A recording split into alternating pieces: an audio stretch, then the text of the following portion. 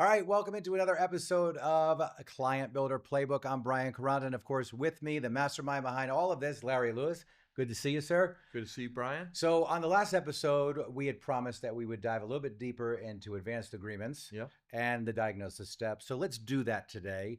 And our goal today is really to give you some real stuff that you can take away from this podcast, as we do on every one of our episodes. But let's talk about the best way to open up the sales call. In my opinion, and in the opinion of everybody that's gone through my program, yes, it's to open with an advance agreement. And that's a bit of a game changer because historically, salespeople have been taught to open with some type of attempt at creating bonding and rapport. So when I used to do house calls and I would see the picture of the guy fishing, I go, Bob, you fish? Wow, you guys look like you're fishing for marlin there. Is that right? That kind of stuff. Exactly. And here's the problem with that. So as you know, because your guys have all gone through the DISC sales profile, and it's something that everybody that goes through my training, I have them take, is that there are two types of personalities, DISC. DISC stands for dominance, influence, steadfastness, conscientiousness. The high I, influence, or that's the super extrovert, and the high S, steadfast, they care about relationships and they enjoy small talk.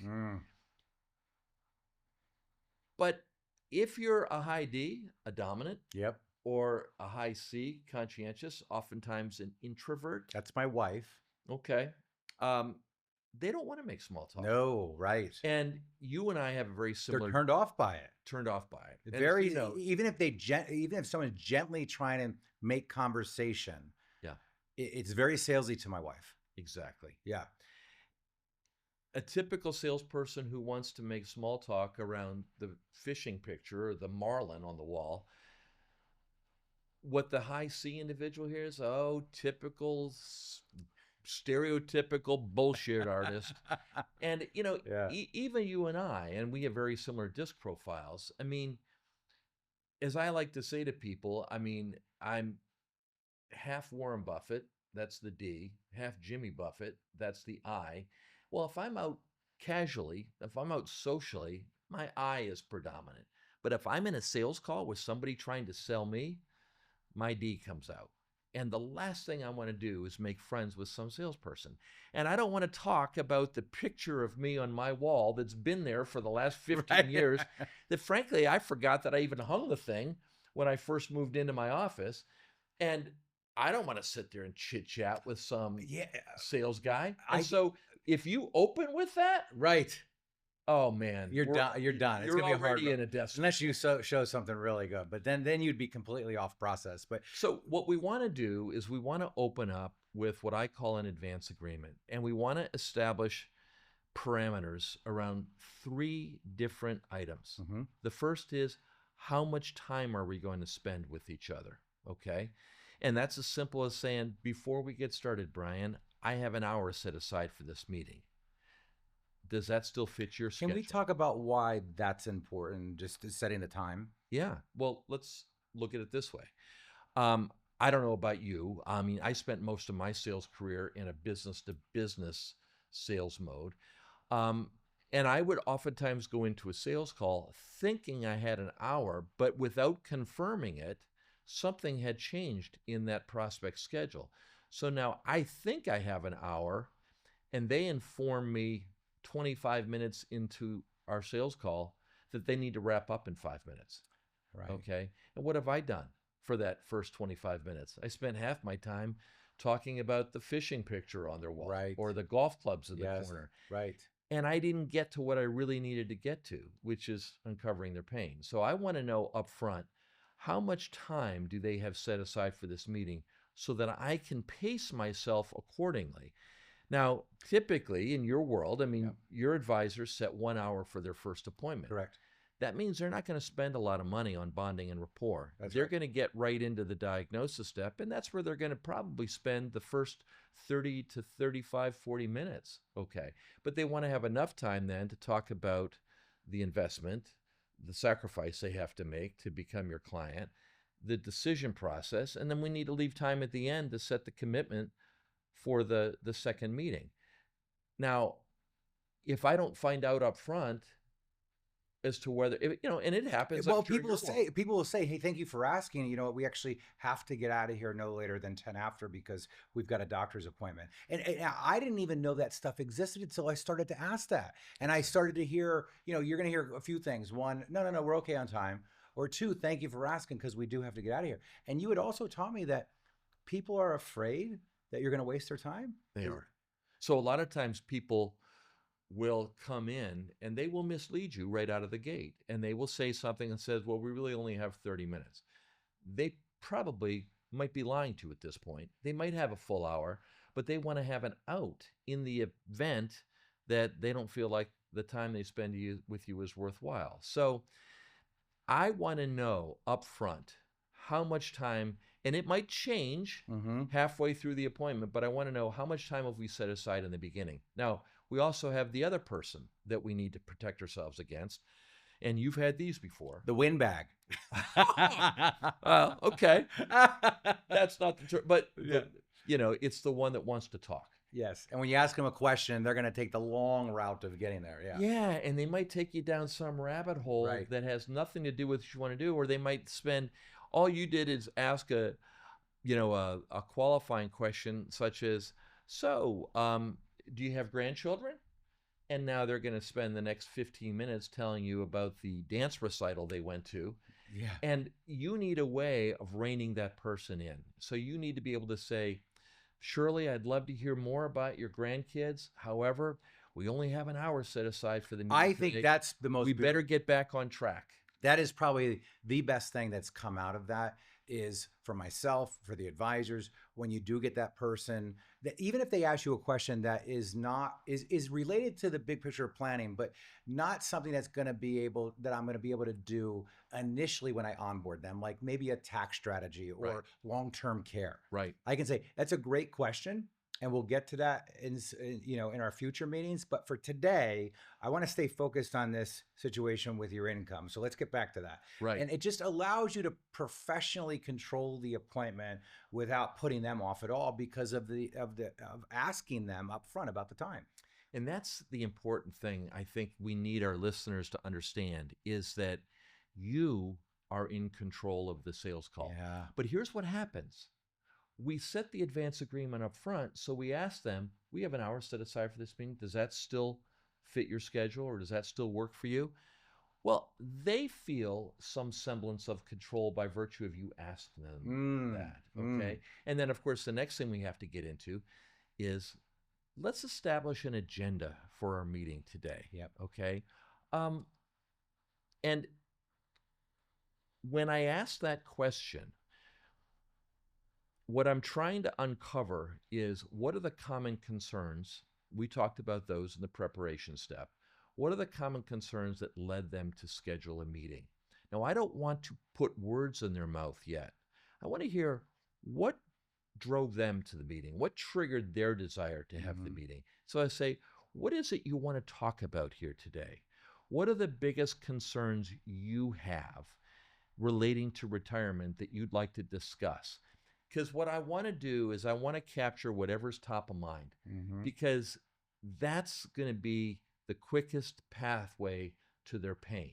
Now, as you pointed out earlier, a lot of times people come to you and they're fearful of you, and they have a right to be. I mean, think of how financial advisors have been portrayed in movies over the last couple of decades. Used car salesman. You got Boiler Room, you got Wall Street with Charlie Sheen. I mean, you got a lot of The Wolf of Wall Street. The Wolf of Wall Street. Leonardo DiCaprio. This is the vision. This is the vision that people have of the financial industry. So they think that you're going to be this used car salesman or a shark. Yeah, right. And so they are kind of walking in with the shield. Okay.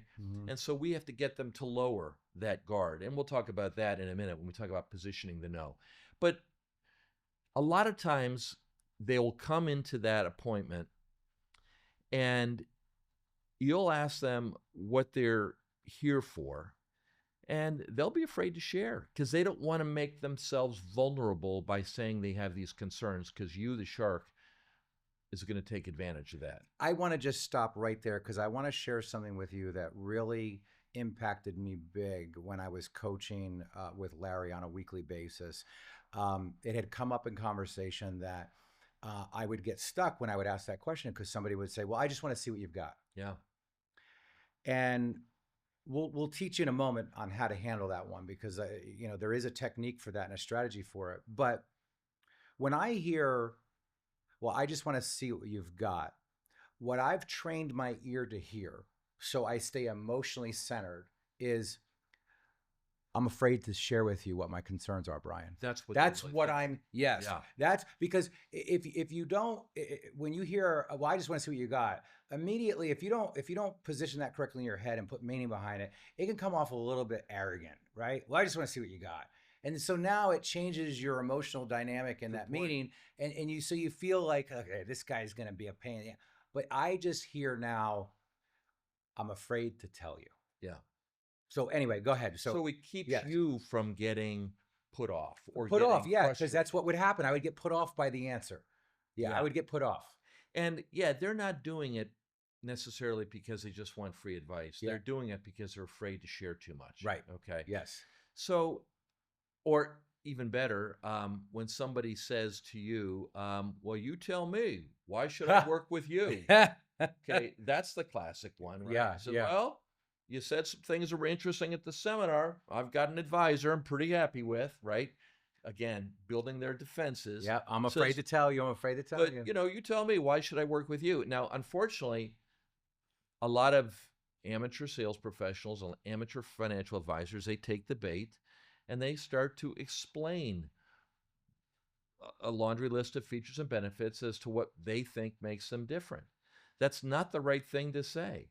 If somebody says, "What can you do for me?" your response should be, "I'm not sure." Right. Because at this stage, I don't know anything about you. I don't even know whether I can help you. Yeah. So, and then we would typically offer up, as you say, chum the water, Yes. offer up some bait, and say, typically, when people come to meet with us, people like yourself that, they've worked a good 30, 40 years and they've been responsible with their money. They've set aside a significant sum for retirement. They have concerns like, is this enough? Can I afford to retire? Should I take Social Security, or when should I take Social Security? Is there any chance that this money will run out? Do you share any of those concerns? Now, that would be a set of common complaints. And notice how I positioned it. I used something called the 30-second qualifier. I want this person to feel like they're in the right place. And I say, typically, when I talk to others like yourself, who've worked the last 30, 40 years, who've been responsible, who set away a significant sum of money to retire on, that makes that person feel, oh, okay, yeah, I'm part of that club. Right. They work with people like me. And then I put out the common complaints, but I've made it inclusive. In other words, I've said, other people have these concerns. Do any of these concerns resonate with you? Or do you share any of those concerns? And they say, yeah. And we do it that way for a reason, Brian. We do it that way because when you have a problem or a concern, we're reluctant to share that because it makes us vulnerable. I mean, it's almost like you could use the analogy of, going to a 12-step program. If you had some type of an alcohol problem, and, we've all seen those movies or those TV shows that have clips or scenes from that type of environment, and they stage those meetings in a certain way. Years ago, when I went through a divorce, I was a divorce care facilitator, and we would open our sessions by having people go around the room and talk about why they were there, okay? And we would always lead by having the facilitator open with a little bit of their story. And what that did for the people in the audience who are afraid of sharing is they would hear that story and they say, wow, I thought my story was bad. My story is not as bad as that guy.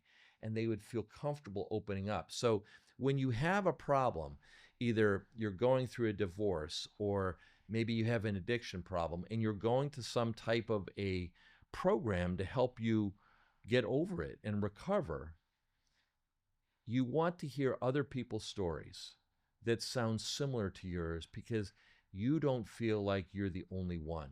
And you're more willing to acknowledge that you share those concerns. So that's why we do it in the form of so you're using kind of that herd mentality almost, right? Where you're, yeah, I mean, it's a, like, you're not alone. you're not alone. You're not alone. Yeah.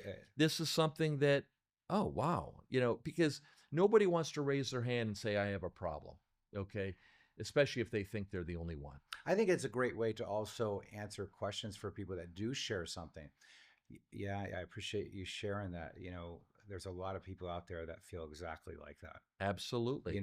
We call that a soft statement. Right. But yeah, good point. So go. Yeah, go ahead, because I know you're going to go to the next one. Well, so what's the third item that we want to establish? Positioning the no. Positioning the no. Now, what is that? We want to establish an agreement in advance, a ground rule, so to speak, that it is okay to say no. That if for whatever reason during the course of our conversation today, you get the sense that the problems we help clients resolve are not the problems you share, or if you don't like us for any reason, a no is perfectly okay. That was the most incredible moment in coaching for me, because I felt like it let me off the hook too. I feel like, that whole, I want you to know that if I feel that I can't help you, I'll be the first to let you know. And I want you to know that if you see what we do as something that's not beneficial to you, no is perfectly okay. That was like, I mean, it lifted a huge weight off of me also, right, as the advisor, because I didn't feel like I had to conclude with anything. I felt like I was in control. If I didn't like the person or I really couldn't, I had an exit strategy now. That's interesting you say that. But I mean, that's what it does for you. Now, that's something I want to emphasize today, and we've touched on it, is that you have to give people permission to say no. It's one of the founding principles of the program. But the reality is that because people go into that meeting with their guard up, we need to get them to lower their guard. We need to just get them to relax. So is there a little bit of a takeaway in there too, though? Absolutely. Like, I mean, what we're doing is we're giving them the freedom to say no. Yep. So that when we sense ambivalence on their part, or when we get the feeling that that either the problems they've talked about aren't compelling enough for them to want to change, because we've established that ground rule up front that a no is okay, we now have the ability to say, Brian, remember when we first sat down here today? I told you that if you didn't think we were a good fit for what you need, a no is perfectly okay. I'm kind of getting the sense that that's how you feel. That these issues we've talked about here, they just don't rise to the level to where you need to make any changes. Am I missing something? And what you do by that is now you're pushing for the no, or another word for that is you're taking it away. Now, the beauty of doing that is that if they are interested to some degree, but not interested enough to where they're willing to move forward with you, by pushing for the no, what that does is it causes that person, well, it triggers what we call psychological reactance. Causes them to say, oh no, he's going to wrap up this meeting prematurely. No, I'm giving him the wrong impression. And the truth comes out. So when they see you taking the opportunity to talk more about these problems away, they say, no, I didn't say that, but. And here comes the truth.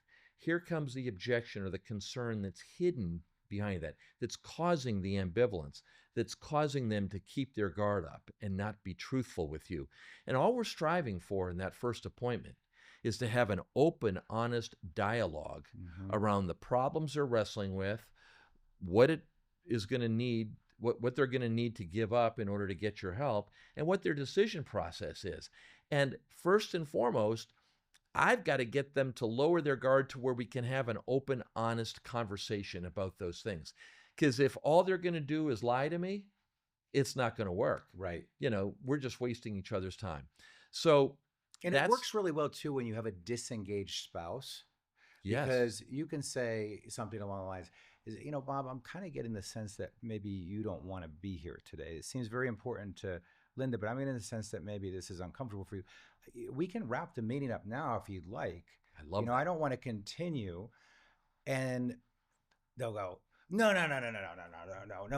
We need to do this. It's her. I guess, I'm just, and they'll start, throwing up the truth all over you now. That's right. And it's very, very powerful. And how many times do you have in an appointment, you have a couple where one person they're driving it. They were the one that scheduled the appointment. Yes. Oh, yeah. They have questions or concerns. Yeah.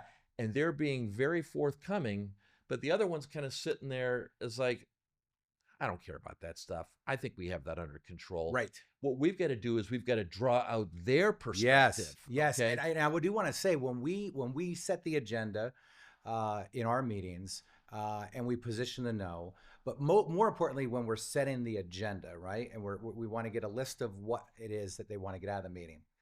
Make sure that you not only ask the first spouse, but you ask the second spouse. Exactly. Because sometimes the wife might sit by you and the husband might sit next to her, or it might be vice versa. So make sure that you turn to the other spouse and say, okay, Debbie, thank you for sharing. Bob, what is it that you would like to try to get out of the meeting? Very important that you include both. Yes. Don't just stop with the one. And I'll go so far as to say that, depending on their personality, you'll oftentimes have one spouse that's more dominant than the other. Yes. You may have to serve as an advocate for the less dominant spouse, because the dominant spouse might want to control the meeting. And I remember years ago, long before I met you, I went to a financial advisor, and my wife did not want to be in that meeting. And so the advisor turned to my wife to get her perspective on things, and I would start to answer. And he had to say to me, Larry, we've heard your concerns. I really want to hear this from, your wife's perspective. And so it was like, oh, I guess I'm supposed to shut up. And I'm going to tell you something. I mean, I hate to admit it, but I learned things in that meeting that I had not learned in 7 years of marriage. Well, so I want to, what Larry just shared there, if you do get a spouse that is dominant like that, make sure you do exactly what he just shared, where you say, Bob, I understand how you feel, but I do want to hear how Debbie feels about things. Be a professional and take control of that situation. It's important. And you're setting the tone right out of the gate that this is your territory. This is your professional skill set, and that you're here to help, because that demonstrates you are here to help. Yeah. So Brian, let's role play this. Yeah. Well, how about you? I'll play. I'll be the prospect. We'll get it from we'll get the textbook version. Okay, but then I want to hear yours. Okay, let's do it. Okay, let's do it. Everybody's got a little bit of a different advanced agreement. Yeah. So let's pretend I'm a financial advisor. Yep. And I'm entering the conference room. You and your spouse have already been seated. Okay. Just because it's you alone, we're not going to have the spouse role play. Can't talk to a ghost right now. So but I'll play the advisor, you play the prospect. Okay. Fair enough. Let's do that. Okay. So I'd walk into the room, I'd say, Brian, good to see you again. Thanks for coming out today. Good to see you, Larry. Yeah, thank you. Before we get started, let's just make sure that you and I are on the same page. I have an hour set aside for this meeting. Does that still fit your schedule? Yeah, it does. As a matter of fact, I'm glad, because I've got to leave here probably no later than quarter after to get to a doctor's appointment. Okay, good. So then let's jump right into it, because I want to make sure that our time is well spent. Let's set the agenda for this meeting. You scheduled this meeting with me for a reason. What are the things that you want to talk about here today? Yeah. Well, we came to your seminar, and one of the things that I learned was that, I guess there's different phases with your money, and you were talking about something called the distribution phase, and I had never thought about that before. I've always been so focused on growing my money, and so I want to find out more about how to approach that because we eventually would like to retire. Okay. So we need to talk about how things change when you go from what I refer to as the accumulation phase to the distribution phase. Yes. Okay. Do you have an advisor now? A little bit. I do some of my own advising, but we have a guy that I've met through my parents that we work with. Okay. So we need to discuss how that strategy changes as you get close to retirement, because like you said, you want to. What else do you want to talk about today? Um, that's probably the main thing because I'm just not sure how to withdraw the money, because I mean, we're definitely going to need some additional money in retirement, whether it's monthly or once a year. But uh, the main thing is just being able to have the money to live off of when we retire. Okay. So, in addition to learning more about what changes in the distribution phase, one of the key concerns is how do we create income from that? How do we withdraw the money in such a way that you have money to spend now as you are in your non-income earning years? Yeah, that's exactly right. Yes. Oftentimes, when I hear that, Brian, what that indicates to me is that you probably don't have a true retirement plan in place. And a lot of the people that come to talk to us want to know more about how they create that plan for retirement. Um, they want to know how do they decide where to take the money, how to take the money in such a way that they never run out, how to minimize the taxes that they have to pay on that money. Are those concerns that you share as well? That's exactly what I'm concerned about, especially the tax part. Because I always think about the fact that I've been putting this money in, but I haven't paid any taxes on it yet. Right. And so that's a really big concern too. Okay. That's what I want to take a deep dive into. I want to talk more about that, and I want to find out from you um, how that could impact your retirement if those problems, if those concerns aren't addressed. And then I want to spend some time too talking about, what's that dream retirement look like so that if we eliminate those concerns, you get to live out the retirement that you have always thought Okay. about. Yeah. Um, Anything else we should talk about today? Um, no, I mean, well, I guess, yeah, my parents are getting older. Yeah. And I guess my question is, uh, do you think it's advisable for me to transfer uh, my parents' house into my name right now? Okay. That's a good topic um, for us to talk about, but probably not today. Okay. Um, and the reason for that is that falls into some estate planning. And although that's one of the key areas that we oftentimes address, I think what we need to do is we need to get a pretty solid handle on your retirement first. Okay. Then we can start looking at what the ramifications would be of doing that Okay. type of strategy. Is that fair? Yeah. Okay. By the way, as we go through this today, if I get the sense that the problems that you face are not compelling enough for you to need to make some changes, or if I'm not the right guy to help you, I'm going to let you know that. Okay. Is that fair? Yeah. Can you do the same for me? Sure. You want me to tell you?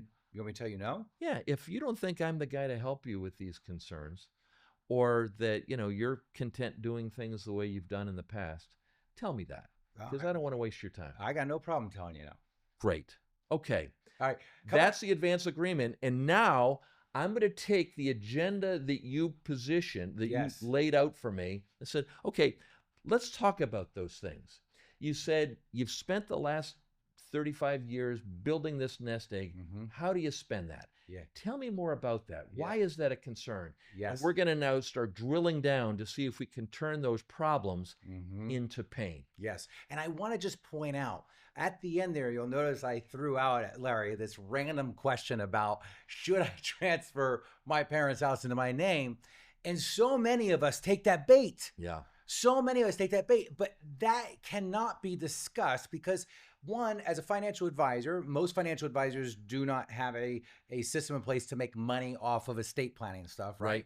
But also just the conversation around the income itself is going to be a lengthy conversation. Right. There's only so much you can fit in, but notice what he did.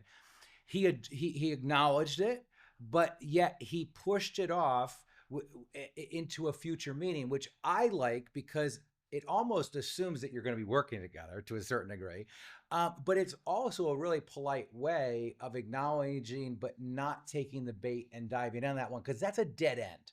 That's a dead end, that one, right? Because we as financial advisors, let's face it, we don't get paid to do work like that. Right. So let's focus in the first meeting on the things we get paid. The other thing you'll notice he did is he said, okay, is there anything else? I always reminded myself of this when I think about my kids. Why? It's almost like, is there anything else? Is there anything else? Is there anything else? Is there anything else? You could literally do that 10 times with people. You could. And you'll probably come up with some more. Yep. But then you'll notice he taught me something, and you use different, ways of describing this. I call it parroting back, right? All you're doing is repeating what I said. Right. And by repeating what I said, I feel heard. Yes. You feel now like, wow, this guy's not trying to sell me. He's going to talk about the things that I want to talk about. Yes. Another thing that I like to do in an advance agreement is sometimes let's say, are there any questions that you want answers to? Now, that doesn't mean I'm going to answer them. Yes. But questions are not random. When people have a question, there's typically some issue, concern hidden behind that question. That's the pathway to their pain oftentimes. And when we get into our next episode, all we did is position the advance agreement. We're going to talk about 6 to 7 different ways. I love it. Of bringing pain to the surface and digging in. We're going to talk about how you deal with that reluctant prospect as well. Well, look, if you haven't yet, go check out the show notes. There's links in there that you can go to the Client Builder Playbook and get some resources and stuff. But and then of course, if you got comments or things that you want to hear, or specific cases that you're working on that you want to know how to resolve, or dealing with a difficult client or prospect and you need some way, put it in the show notes and comment or email us, and Larry and I will bring that to our next episode, and we'll share how to go about solving that. In fact, one of the things we didn't have time for today that I want to hear is I want to hear your version. Yes, we will. We will do that. I got off the hook today. We'll open with that in our next episode. All right, we'll see you again on another episode of Client Builder Playbook. We'll see you again. Thank you.